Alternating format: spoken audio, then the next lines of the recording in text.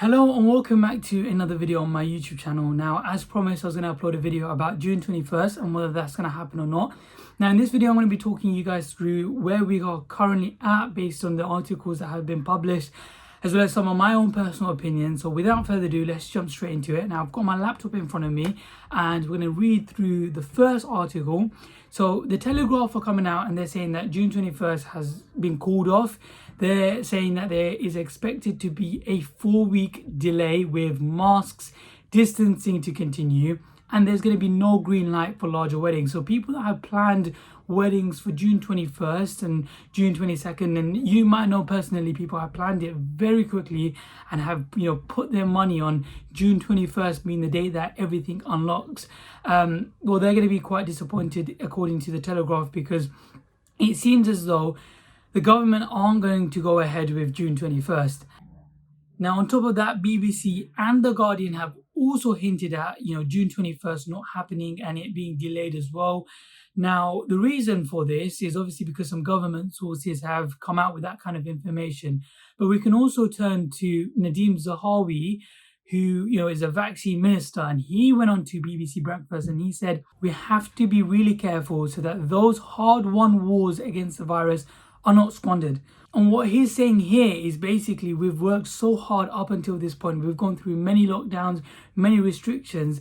And if we unlock at this point now, we're basically going to go backwards and undo all the hard work that we've been doing. So he's basically suggesting quite indirectly that June 21st is not going to happen. Now, if we turn to the official data, nearly 30,000 new UK cases of the Delta variant in the past week were accounting for 90% of the cases. What that basically means is that obviously the Delta variant is the variant that was first found in India. Most of that is coming from the Delta variant. Most of the cases are because of the Delta variant.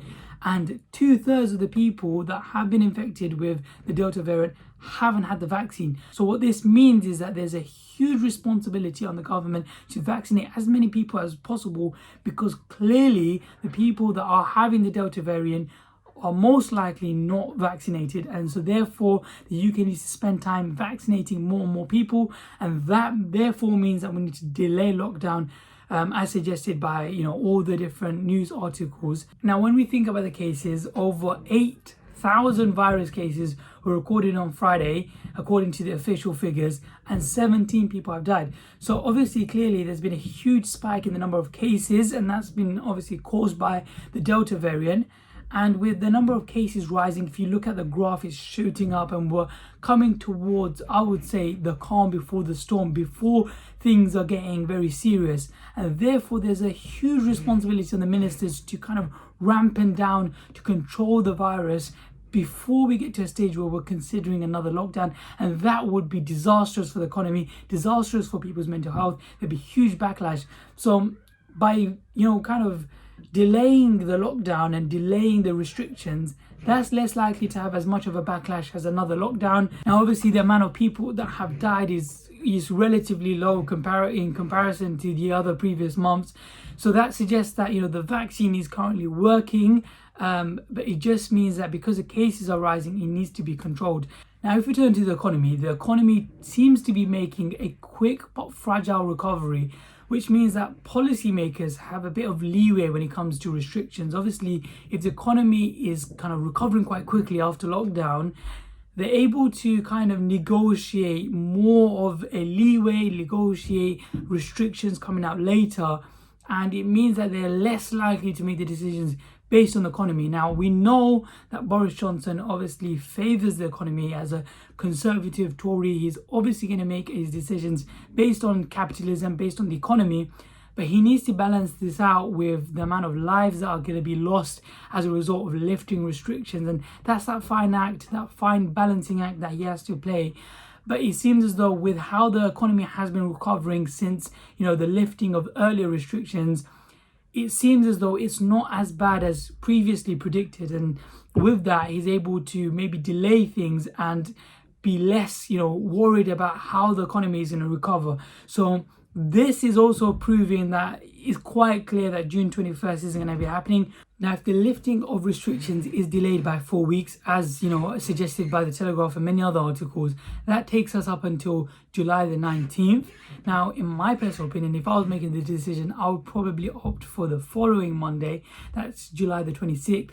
Now, the reason for that is obviously it takes time for us to assess how the number of cases are affecting things, how the vaccination's doing, and it takes time from a medical perspective to assess whether or not restrictions should be lifted, and I would suggest for 26th, and I wouldn't be too surprised if that comes out July 26th. But again, people are going to be frustrated and the economy is going to be heavily impacted.